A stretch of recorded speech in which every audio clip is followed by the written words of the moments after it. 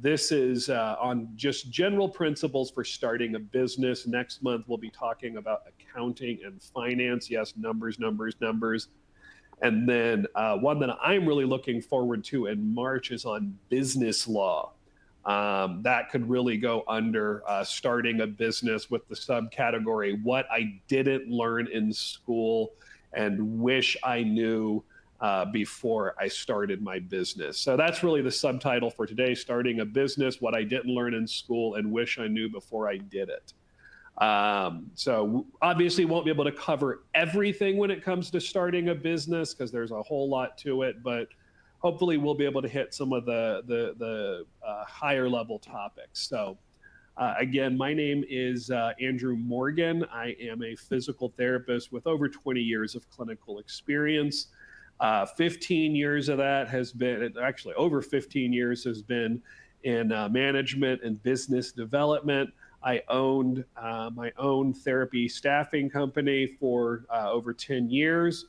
I'm also in, I primarily work in home health. Currently, I work for Optum Healthcare. And just humble brag, I am the Sages of Clinical Service winner. That's the highest award a clinician can win at Optum Healthcare. And I am the 2023 Excellence in Home Health Leadership through the APTA Home Health Academy. So just a little bit about me, some humble bragging. So when it comes to starting a business, again, this is things that I wish I knew before I did it. And I almost put a slide up here that just said, don't do it.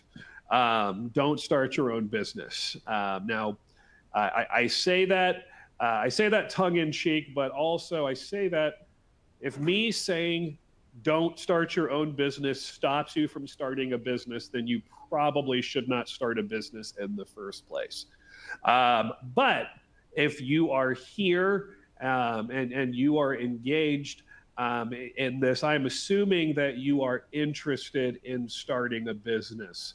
So what I am going to do, sorry, my Alexa just chimed on. What I'm going to do is a quick pulse check.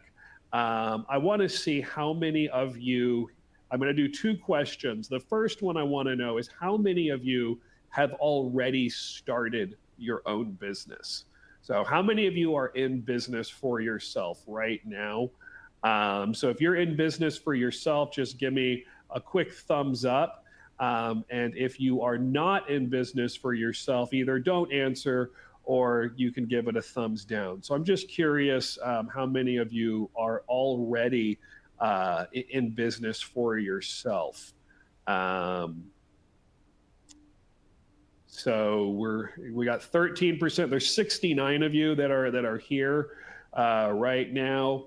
I'll see if we can get about half of the folks before I end the pulse check.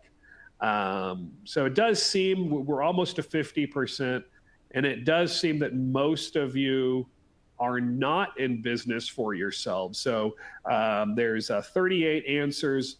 13 of you are already in business for yourself. So congratulations, you've already taken the jump. Now I'm going to send one more pulse check. How many of you are seriously considering going into business for yourself, and you're really just looking, you're doing this particular supplemental learning because you want to hear, from someone who's done it. So give me a thumbs up if you're seriously considering going into business. You can do a thumbs down if you're not, or I know some of you are already in business for yourself. But I just, I want to get a little bit of engagement, see why people are checking in. So overwhelming number of you. So out of 41 that have answered, 40 are seriously considering going into business for yourself. So thank you for the answer. That gives me a little bit of an idea of who the audience is today. So one of the very first things that I learned, just a little bit about me, When I was in PT school, I went on my first clinical rotation at the end of my first year. And I realized on that rotation that I was much, much more interested in the business, the leadership side of things, the administration side of things than I was, in being a clinician for my whole career. I found the business side of things really interesting. And I looked at, the remaining 2 years of my curriculum, and there was one class, my next to final semester of PT school, that was on, I think it was just called administration. And, that's what I see from most of the physical therapy. I'm speaking specifically for physical therapy, but I'm sure the same applies to OT, PTA, probably even more so to you all. But we have one course in starting a business, not even in starting a business, in administration. And what I see is this huge disconnect between what the APTA pushes, which is very much, we want, independent practitioners in business for, in private practice and doing all of this. It's all great stuff. But if the schools aren't going to prepare you, then what they're doing is they're setting you up for failure. And so recognizing that, looking at my curriculum, I actually started pursuing an MBA in night school while I was in PT school. So I'd go to PT school during the day and I was working on my MBA at night. And that's how I chose to do things. But one of the very first things that you have to look at, and this is one thing that a lot of the courses do cover, is just the general structuring of a business. They'll tell you about the different types, but they really, I don't think they go enough into detail about the differences between this. So, the first and simplest business type is a sole proprietorship. You are the business. Just as an FYI, so full disclosure, whenever I teach the continuing ed courses with Summit, I have to give the disclaimer that I do get paid as an instructor for Summit. I'm actually a sole proprietor with Summit. I'm what's called an independent contractor. Some of you may have signed on for jobs and did not realize that you were an independent contractor. And if you did know you're an independent contractor, you may not have known what that actually means.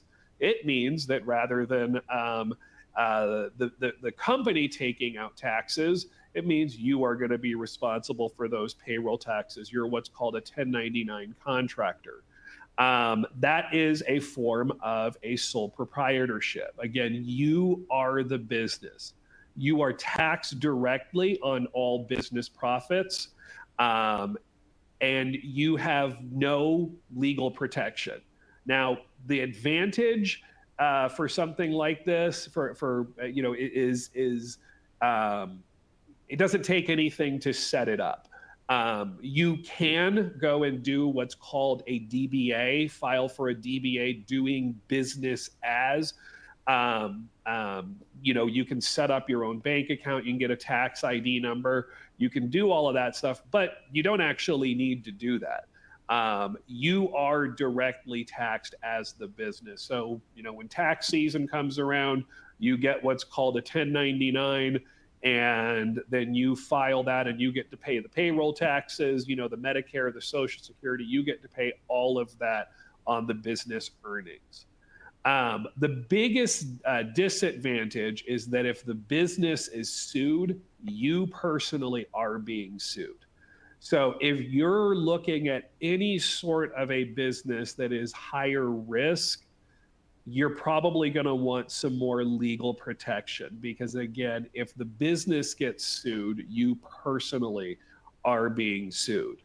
And if you do carry your own malpractice insurance, you really need to pay attention to the type of malpractice insurance that you are carrying.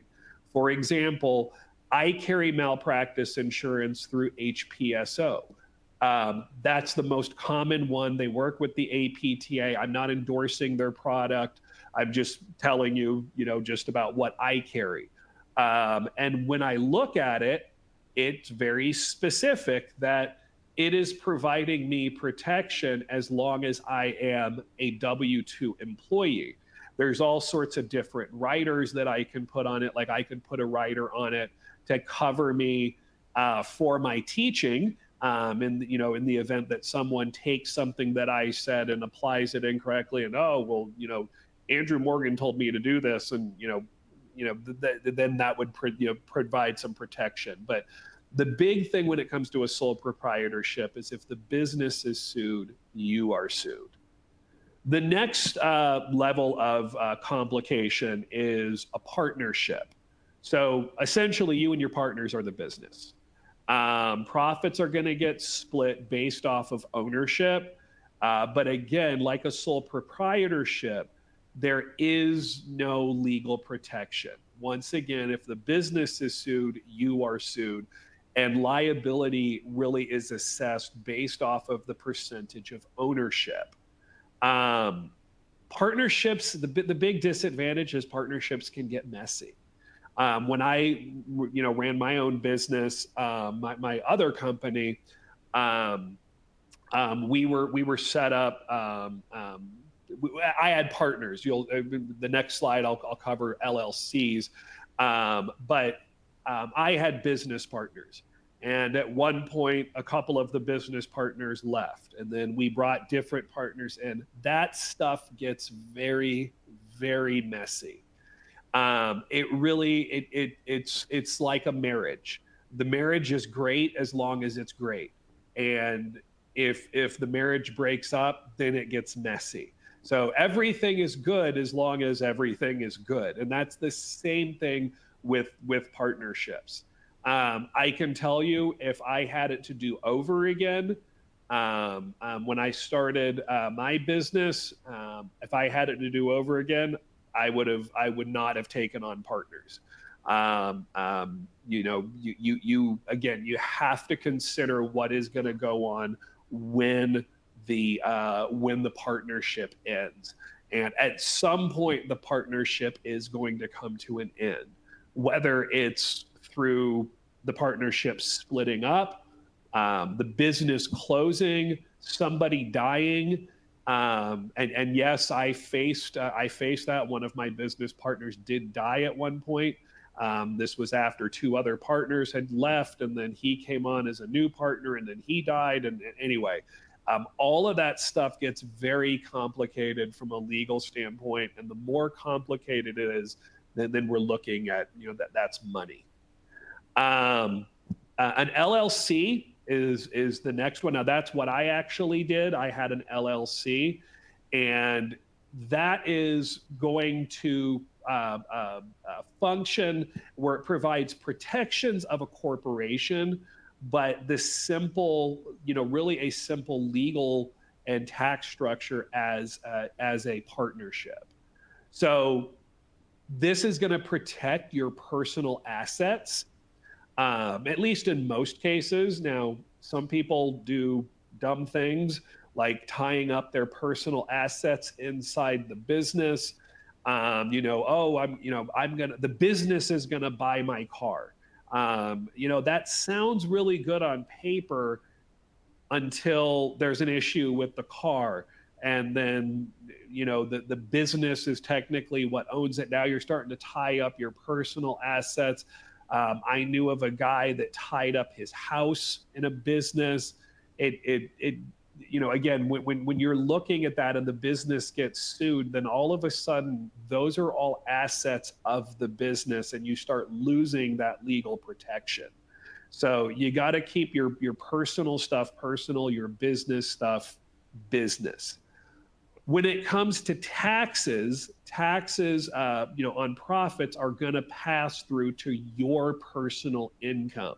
So, you have your taxes done, the business taxes gets done, and then you get what's called, in most most cases, you're going to get what's called a K-1 earnings statement.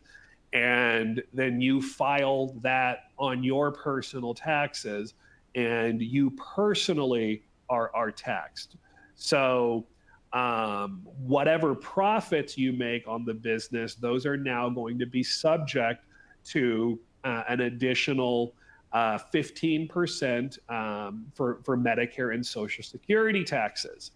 The specific rules with LLCs do vary by state.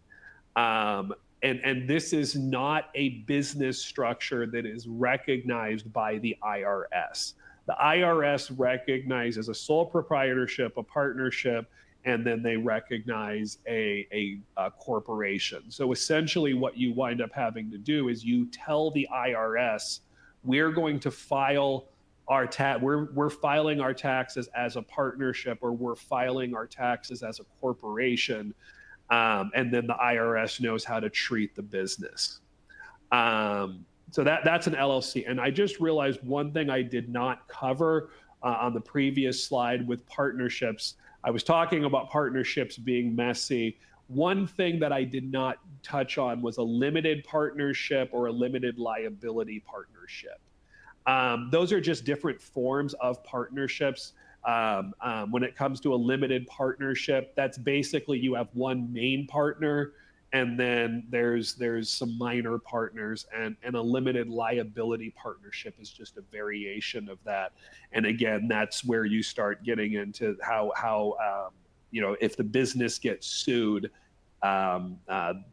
really who winds up bearing more responsibility. So those are, again, just things to be aware of. All right, then we get into the two major types of corporations, C Corp versus an S Corp. So a C Corp is what you think of when you think of a corporation.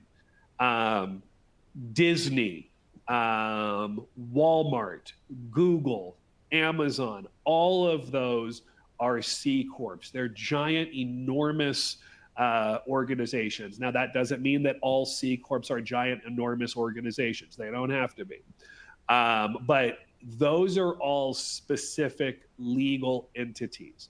If I was going to sue Amazon or Google or Microsoft, I mean, if I'm suing Microsoft, I'm not going to sue Bill Gates specifically, even though, he's the majority owner.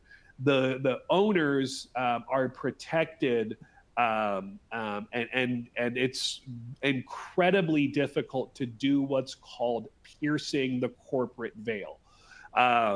It provides an enormous level of protection to the owners. Not saying it can never be pierced, but it's very difficult. I mean, the individual owners have to do something so egregious in order to be, held personally liable. If you own stock in Disney, then you are technically a very small percentage owner of the Disney Corporation. You can't be sued if Disney does something wrong. Now, the biggest disadvantage to a C Corp is that the C Corp profits are going to be taxed twice. So you're going to have the business profits. So, let's just say the business generates $1 million in revenue. And then after doing all of your payroll and you pay everybody and you have all of your expenses, then you have all of your expenses. You do all of that, and there's $100,000 in profit. So you make 10%, great job.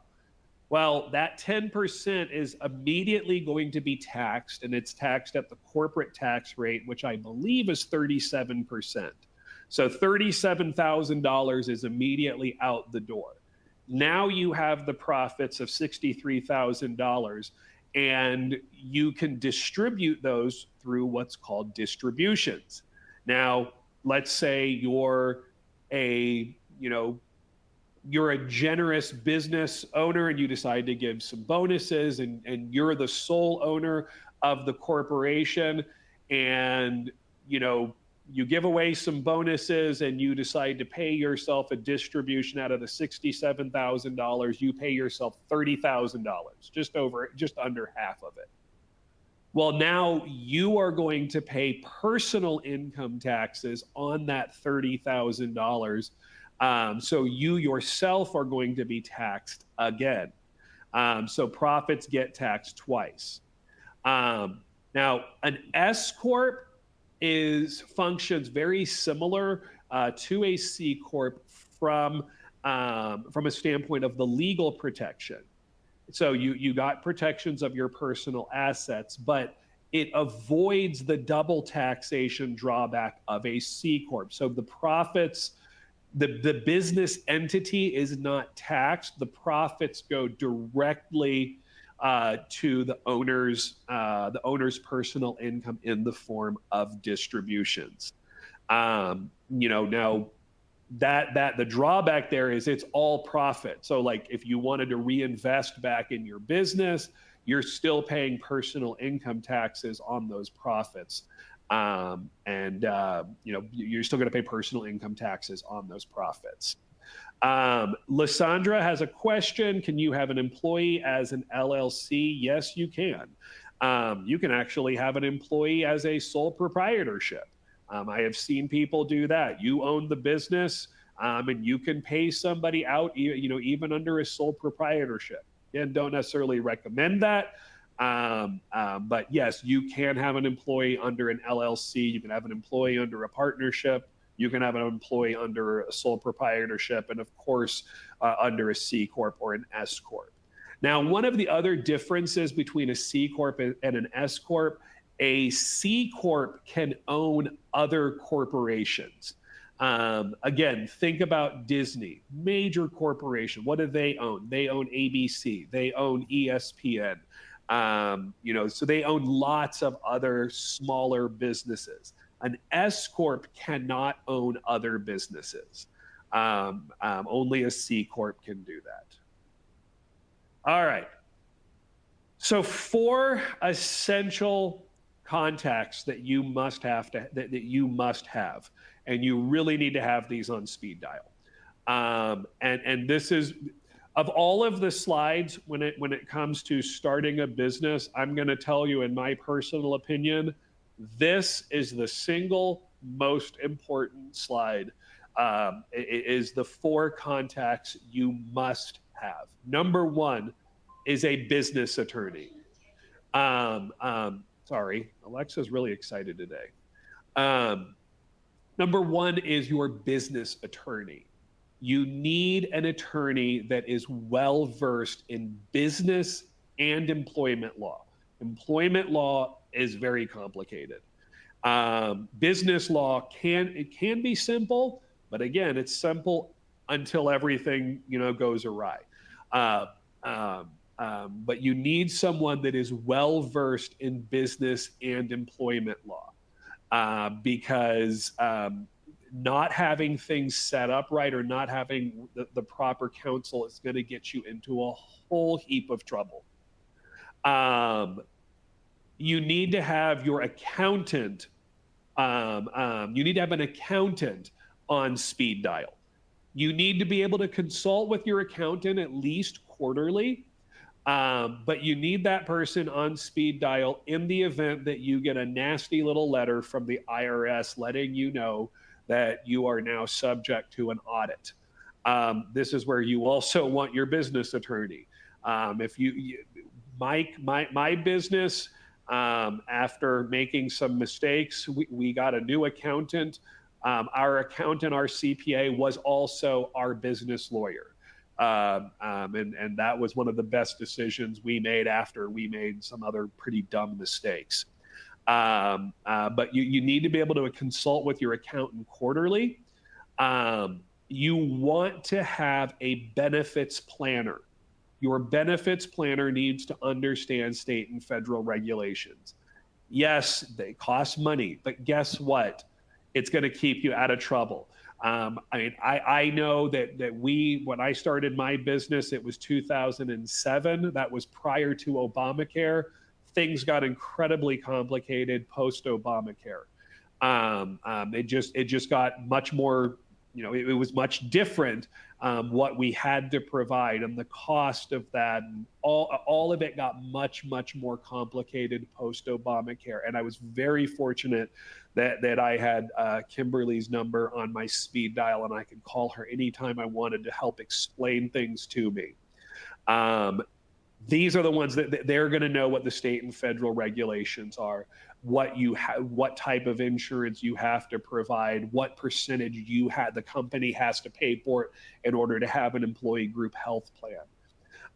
And then the last thing is, and definitely not least, is your payroll company. Do not attempt to handle your payroll on your own. Let me repeat, do not attempt to do this on your own.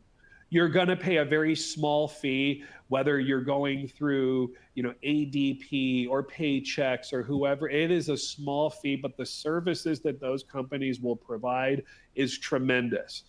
If nothing else, they'll do your 913 quarterly tax filings. What you probably don't even know what those are. We'll cover those next month even more. What those are those are the tax filings you have to do with the state and federal government when you have employees. You are now responsible for paying the Medicare and Social Security. You're going to pull out a percentage from your employees' check for their portion of Medicare, Social Security, and your federal and state withholdings for state and federal income taxes. When you do those 913 filings, they pull out all of that money out, and it's essentially set aside in an escrow where you're paying that to the government. You pay that as you go. I have watched companies where you get behind, you have a poor cash flow. You know what? We're not going to do our 913 filings this quarter. We're just going to use that money for our business operations. I'm just going to tell you, you're never going to dig yourself out of that hole. Period. You will not dig yourself out. You will wind up in a whole world of trouble with the IRS and with other, letter initial agencies. You're just have a payroll company. Let your payroll company handle all of this. You'll be glad that you did it. Okay, couple of questions here. Do you need a business planner for an LLC with the owner as the only employee? This is from Clara. I'm not sure what you mean by a business planner. You can start an LLC. You can hop on LegalZoom and start an LLC. If you're the only employee, then that certainly is far less complicated. It really just depends on what type of business you're going into. The more complicated the business, if you're opening up an outpatient clinic and you are the only employee, you're still going to want to have that. There's still quite a bit of planning and stuff that you're going to want to look at. If you are doing an LLC and you're a private consultant, that's pretty simple. You're just getting paid a straightforward consulting fee for something like that. So, I guess not necessarily. It just depends on the level of complexity. Lori, what are your thoughts on paying you a percentage of the profits versus a salary? Oh boy, Lori, I have a lot of thoughts on that. I'll cover some of those during my talk on finance and accounting. Lori, it sounds really nice to do that. What I'm going to tell you is, in reality, you're setting yourself up for an audit. And I know that from personal experience. We'll just leave it. You are setting yourself up for an audit. People try to do a lot of different things in order to avoid the payroll taxes, on those profits. you're setting yourself up for an audit. That's the easiest way I can say that. Ashley, do you really need a payroll company when it's just you? No, you don't. I don't have a payroll company for for my work that I do with Summit. That's really straightforward. So this is really you don't need a benefits planner either. You're probably not going to need an attorney. I don't use an accountant anymore because my taxes have gotten very, very simple. And again, it's just me. I closed my other business. But if you're going to have employees, you need all of those four things that I mentioned previously. Good question. So other things to know. You've got to have a strong company agreement. This is in particular if you're having partners or even anticipate having partners. These are your company bylaws. You need to have all of that in writing. Who's running the business? How is that get decided? How do votes happen?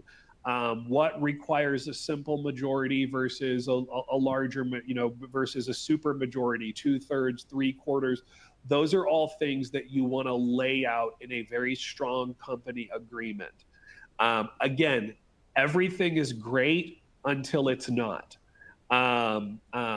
What's going to happen when you close the business, or the legal term is winding down? What about if you sell the company? How does that happen? How many partners have to agree if you're going to sell the company? Those are all things, again, you want to set all of that up in writing while everything is good, because if you haven't, when everything goes bad, it's just going to make it even worse. You definitely need to know what are your local, state, federal regulations. Just as an example, my business, it was a therapy staffing company in home health, and I see Kumar has a question about that. I'll answer some question. I'll answer that in just a moment. But a lot of business owners in private practice as therapists, you have a private outpatient clinic. You are required to look monthly on the OIG exclusions list. I guess technically you're not required to look at it monthly.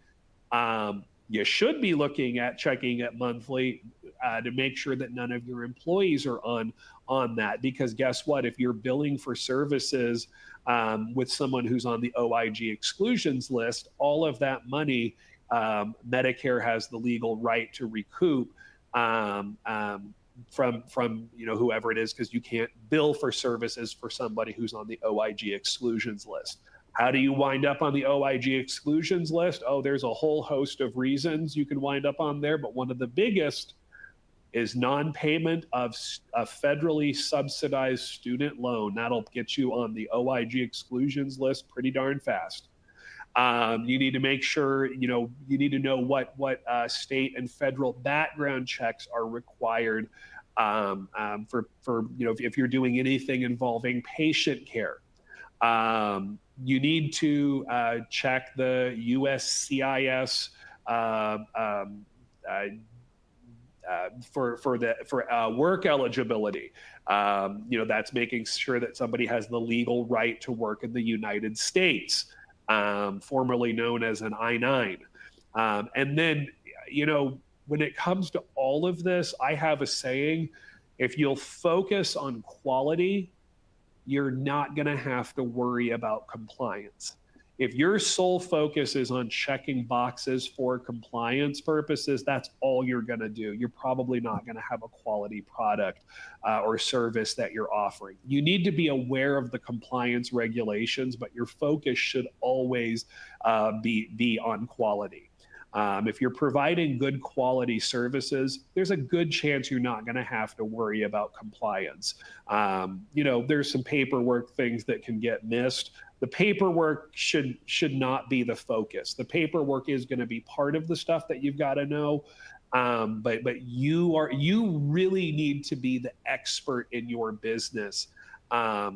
whatever your business is. Like again, I did a therapy staffing company. I made a point to know the regulations better than my clients did. And I frequently became a resource to them. Um, so Kumar, if I am doing home health on the side job, keeping my regular full time, would an LLC be the best option compared to an S corp, being that you're the only employee per day? Um, um, what I would probably do if I were you, I'd set up. I imagine that means you're being paid as a 1099 contractor, or you can set up where your business is being paid. But what I would do, I definitely do think you're going to want some legal protection. So an LLC is a good option. What I would probably do is set up an LLC, file as an S corp. You certainly also have the option of just working as a sole proprietor, depending on how much home health you're doing on the side. If you're just doing a little bit, you know, it's lower exposure. Make sure you have your good personal liability insurance. But if it's just you may not need to do the full LLC. It's certainly not a bad option. It just makes things a bit more complicated. But yes, if I was doing it, I would do an LLC and then file as an S corp. But once again, this just depends on how much work you're doing on the side. It's all about exposure. All right, last two things I want to cover here. When it comes to setting up the business, you want to make sure you have you establish written policies and procedures. This was a big thing that I just fell down on when I started my own business. It's one of the most boring things to do, writing policies and procedures. But it is important, especially if you're going to have employees. And honestly, if you're starting your own business, I say this, like, why are you going to start your own business if you're not going to have other people work for you, so that they can help, they can make money for you. When you have your established policies and procedures, you've got to make sure your employees read and acknowledge that they review. Notice I didn't say they need to read and understand. That's on them if they don't understand it.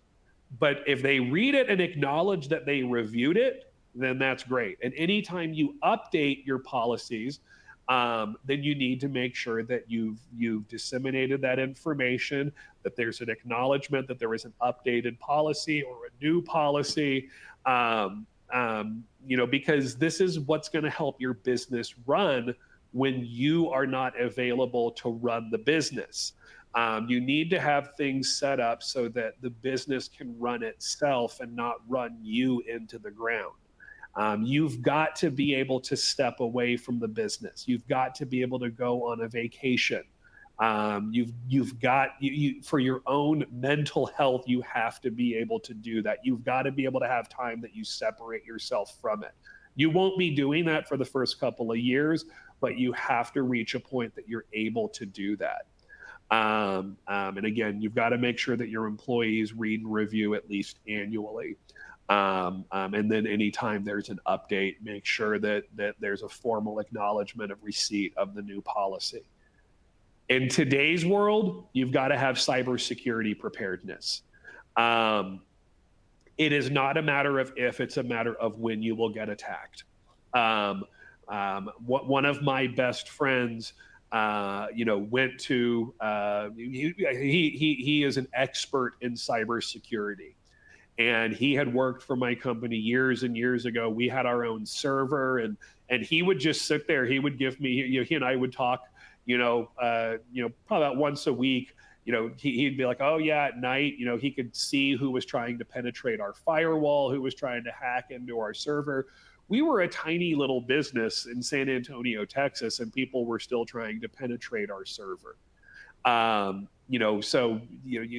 is not a matter of if, it's a matter of when. Um, um, when it comes to cybersecurity preparedness, this could include ransomware. That's a big thing. Some of you may have heard of it. Somebody clicks on a malicious link, and next thing you know, some bad guys own everything, and they've locked you out of your information, and now you've got to pay them a bunch of money to get out. Um, the people that do this, it's a business. If that winds up happening, I wouldn't recommend that you do that on your own. Hire somebody to negotiate. Yes, these are businesses, and there are actual businesses that will negotiate ransomware for you. They can usually get that substantially reduced. That's what they do. They deal with these people. You need to have backups. If you've got a backup server that you keep offline, that you back up, a couple of times a week, then guess what? You get hit with ransomware. I mean, you have a backup to your entire server. You have a backup of your information. It may be, maybe the backup is 48 hours old, but it's better than having no backup and no options there. But it is not a matter of if, it is a matter of when. Cybersecurity preparedness is such an essential thing to know. So there's a couple of questions that I see here.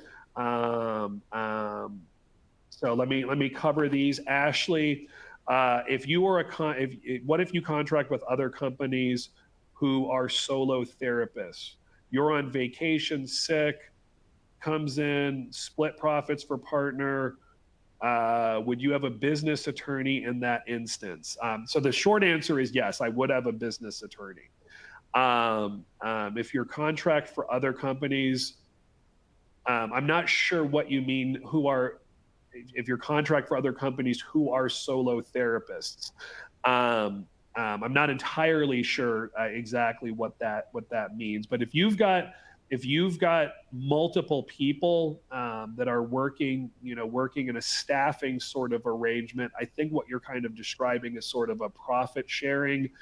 But yeah, I think a business attorney, the more people that are involved, the better that is.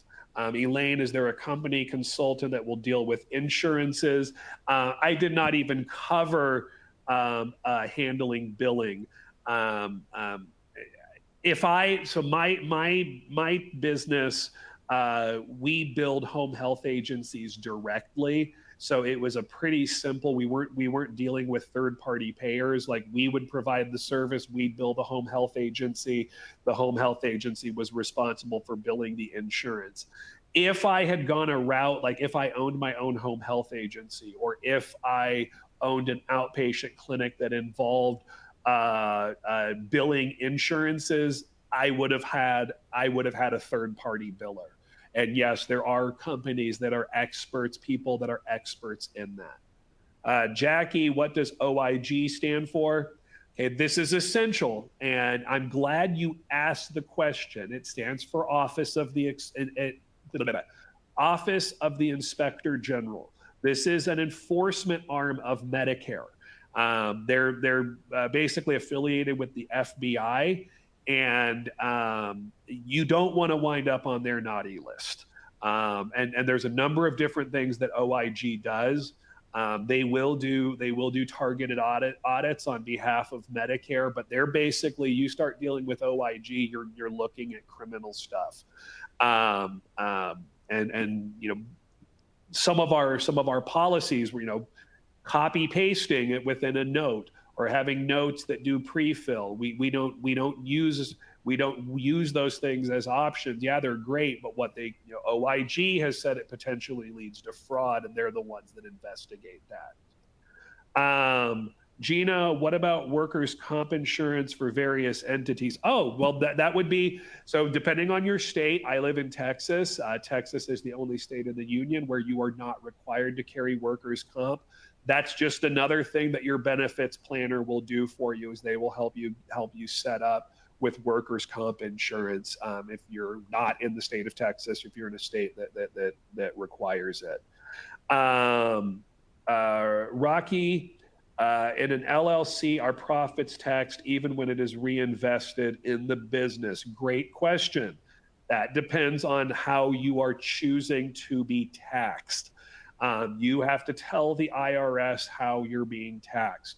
In most situations, I don't think it's been a while, and I'm not a tax attorney. I'm not an accountant. There's the disclaimer.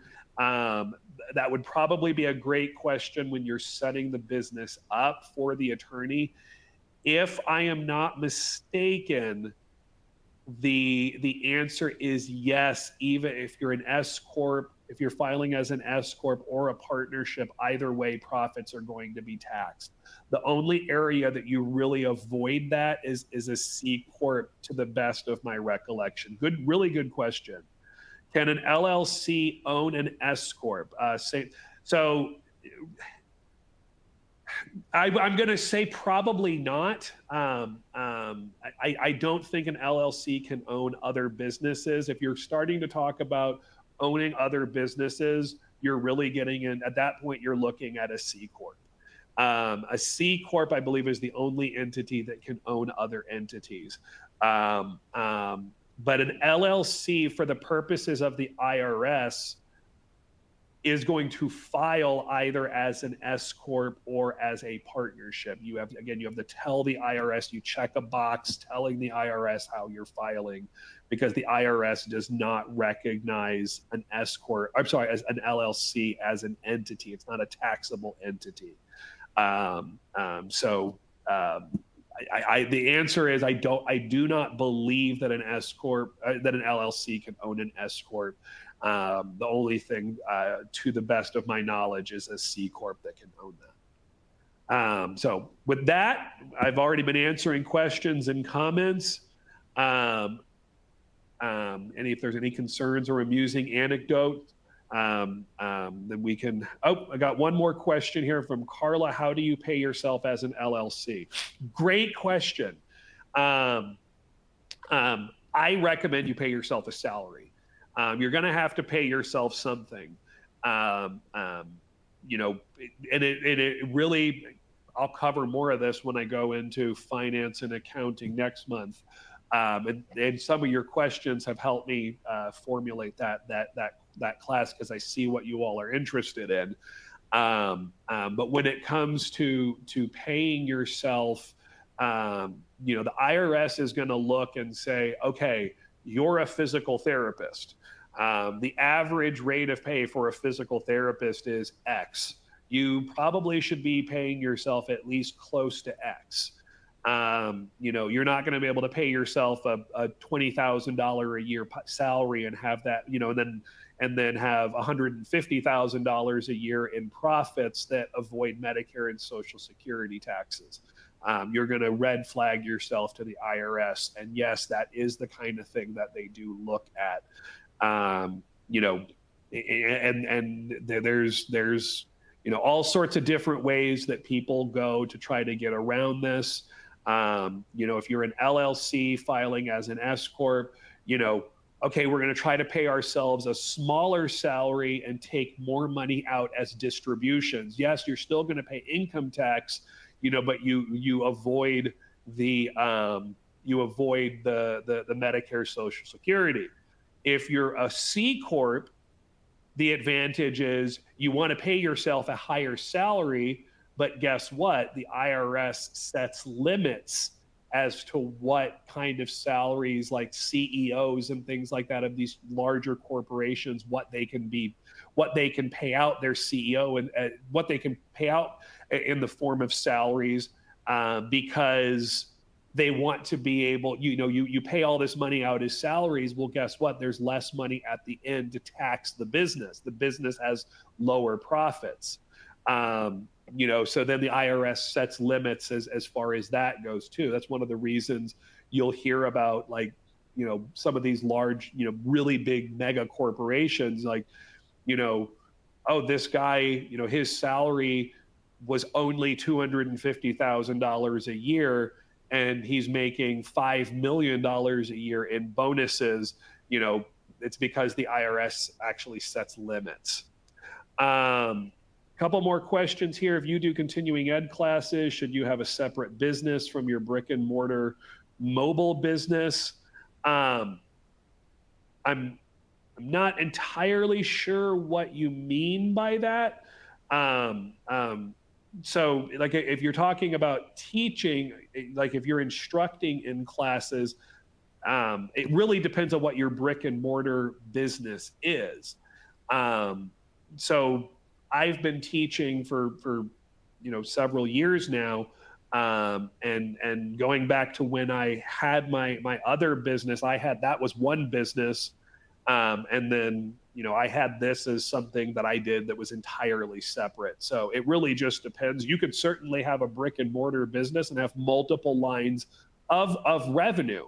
You could have maybe your Lori Wheeler outpatient clinic, and Lori Wheeler outpatient clinic also offers continuing education. That could just be another revenue stream. I don't think you necessarily need to do that. But it just depends on what type of business you're doing. Can you further expand on comments on paying yourself a salary versus a percentage of profits? That's from Jackie. I think that came up as I was explaining that. I hope I answered that question. I think I hadn't seen the question, but I was talking about the difference there. If you were an LLC, can you have someone contracting you and give them a 1099? That's from Lysandra. The short answer is yes, you can. You do need to be careful about that, though. I will go into that in great detail in business law. There are people that you cannot qualify, for 1099 unless they have their own tax ID number. Like I'll just tell you, PTAs, they do not meet the federal standard for a 1099 contractor. They cannot stand on their own, and all that it takes is that PTA going and filing a complaint, and it's under the Fair Labor Standards Act. You don't want to be messing with the FLSA, Fair Labor Standards Act. The damages there are really, really big. It's triple damages. Jackie, any thoughts on if you pay yourself a salary as an LLC for consulting? What if you don't make enough money in profits to make that salary? In other words, you're losing. Yeah, I mean, you have to know what you're making. If you're just doing consulting, you may not have to pay yourself a salary. But if you're doing 5 million in revenue, you've got there had better be enough money left over to pay yourself a salary. If you're not paying yourself a salary and you're making 5 million in revenue, you're going to have a problem. If you're talking about $20,000 in revenue, honestly, if you're just doing consulting, I may not even set that up as an LLC, but it just depends on what you're consulting on, how much you're doing it. Again, it goes back to exposure. I'm letting me personally what I wouldn't do, because it all goes back to how complicated is it. If I'm a 1099 contractor, how much liability do I need? Oh, that's a great question. That's really going to come down to who you're contracting with. The contract is going to specify. You're probably looking, and you need to consult somebody on this, but at bare minimum, most contracts, it's called a 1 in 3 or a 1 in 5, 1 million per occurrence, and then 5 million or 3 million aggregate. So that would just be a rough estimate, but really you got to look at the specific contract. And then this is going to be the last question because we're almost at 1 hour. Robert, what type of tax write-offs can you have as an LLC? Okay. My preface on this is you need to talk to an accountant on that. But it's anything that's business related. I mean, me personally, I file my taxes with TurboTax. TurboTax walks me through exactly what you can do. Anything, it depends on if it's business related. So if you have an LLC, and let's just say you are an outpatient, you have an outpatient physical therapy practice, well, your rent for your building is certainly going to be one thing, your utilities, your phone, all of those kinds of things, other people's salaries, other people's pay, you know, but for you personally, I mean, continuing education that's required to maintain your license, the fees for your license. You know, there's a lot of different things, but you're going to want to work with your accountant on that. You know, but it's all going to be things, whatever it is that's business related. So with that, I'm just going to say thank you. If you have any other questions, you're certainly what I would encourage you to do is shoot an email over to customer service. They'll forward them off to me. I do make a point to answer all of those. And I really want to say thank you all for the engagement during your lunch hour today. Made my lunch hour a little bit more interesting. So thank you all, and have a great day.